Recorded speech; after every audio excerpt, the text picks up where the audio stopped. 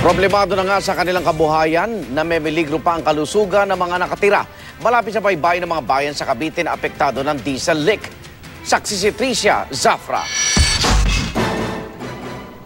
Sa pampublikong lying-in sa Rosario, 20 pasyente ang naitala mula kahapon.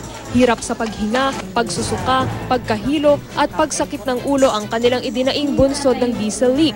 11 sa mga pasyente edad 15 pababa. Maayos na raw sila ngayon at nakauwi na.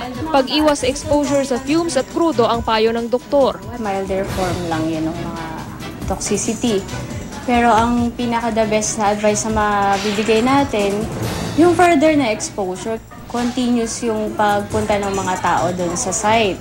Siyempre, kung continuous din yung pagpunta nila doon, continuous yung inhalation, so baka magkaroon ng mas malalang problema. Pero para kay Aling Rebecca at sa kanyang mga anak na may hika, wala raw paraan para makaiwas lalo't sa tabing dagat sila nakatira.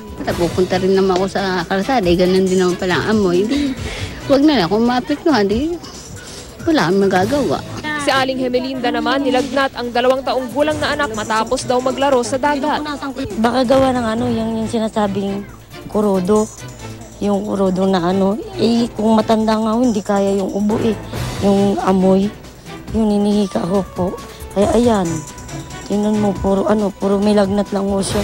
Ang 11 taong gulang na pamangkin naman niya, bukod sa hika, may mga pulang butlig din sa iba't ibang bahagi ng katawan na hinihinalang dulot ng paglusong sa dagat na apektado ng spill. Anong nararamdaman mo? Makati po. Ano pa?